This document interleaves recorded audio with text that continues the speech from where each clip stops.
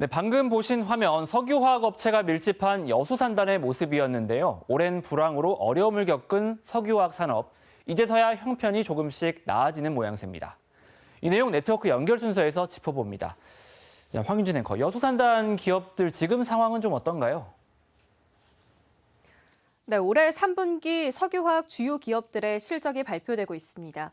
일부 기업은 영업이익이 흑자로 전환하고 적자폭이 줄어든 것으로 나타났는데요.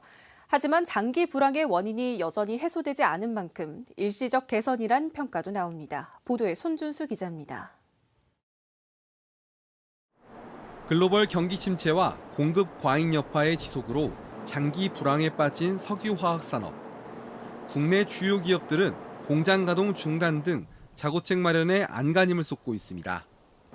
이런 가운데 일부 기업들은 3분기 실적이 개선된 것으로 나타났습니다. LG화학은 석유화학 분야에서 지난 2분기 900억 원대 손실에서 3분기 200억 원대 흑자로 전환됐습니다.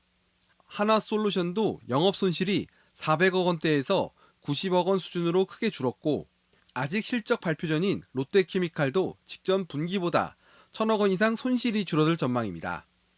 원유 가격 하락으로 생산비가 줄어든 것과 더불어 고환율 효과가 맞물렸다는 평가입니다. 그만큼 국내 석유화학 전반적인 실적 개선으로 보긴 어렵다는 지적입니다.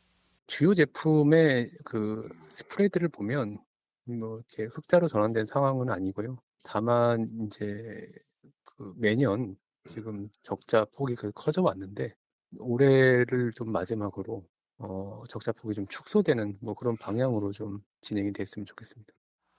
중국의 공급 과잉이 여전하고 뚜렷한 수요 회복 조짐이 아직까지 보이지 않기 때문입니다. 그만큼 근본적인 문제 해결을 위한 구조 개편이 시급하다는 목소리가 나옵니다. 일부 산단과 기업의 사업 재편이 여전히 지지부진해 업계의 진정성에 대한 시장의 의구심이 있는 것도 사실입니다. 시장이 예의주시하고 있습니다. 긴 불황 속에 여수산단 주요 기업들의 실적이 일시적 개선 흐름을 보이는 가운데 정부가 지시한 구조 개편 마감 시한은 2달도 채 남지 않았습니다. KBS 뉴스 손준수입니다. 4년 연속 여수를 찾은 방문객이 1,000만 명을 넘어섰습니다. 여수시는 지난달 방문객 수가 137만 명을 기록하는 등 올해 여수를 찾은 이들이 지난 9일 기준 1,037만 명으로 지난해 같은 기간보다 약 5만 명 증가해 4년 연속 1,000만 관광객을 달성했다고 밝혔습니다. 여수시는 2022년 이후 3년 만에 1,200만 방문객 달성을 목표로 연말까지 다양한 행사를 이어갈 계획입니다. 철강 산업의 경쟁력 확보를 위한 특별법, 이른바 K스틸법 입법 촉구 건의안이 발의됐습니다.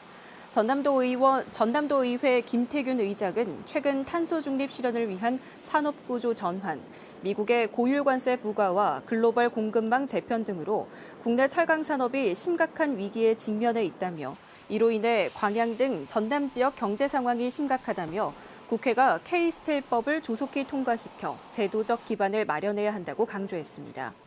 K스틸법은 여야 국회의원 106명이 공동 발의했으며 철강 산업 경쟁력 강화를 위한 획기적 지원과 규제 혁신 등을 담고 있으며 5년 단위로 기본 계획을 수립하도록 하고 있습니다. 광양과 포항의 고향사랑 기부금 상호 기부가 이어졌습니다. 광양시는 광양시 기업의 날 기념식에서 포항 상공회의소와 13개 회원사 임직원들이 자발적 참여로 모은 9,200만 원의 고향사랑 기부금을 광양시에 기부했다고 밝혔습니다. 이에 앞서 광양상공회의소는 지난 9월 포항시청을 방문해 5,600만 원 상당의 고향사랑 기부금을 전달했으며 두 지역 상공회의소는 지난해부터 2년 연속 상호 기부를 실천해오고 있습니다. 지금까지 순천에서 전해드렸습니다.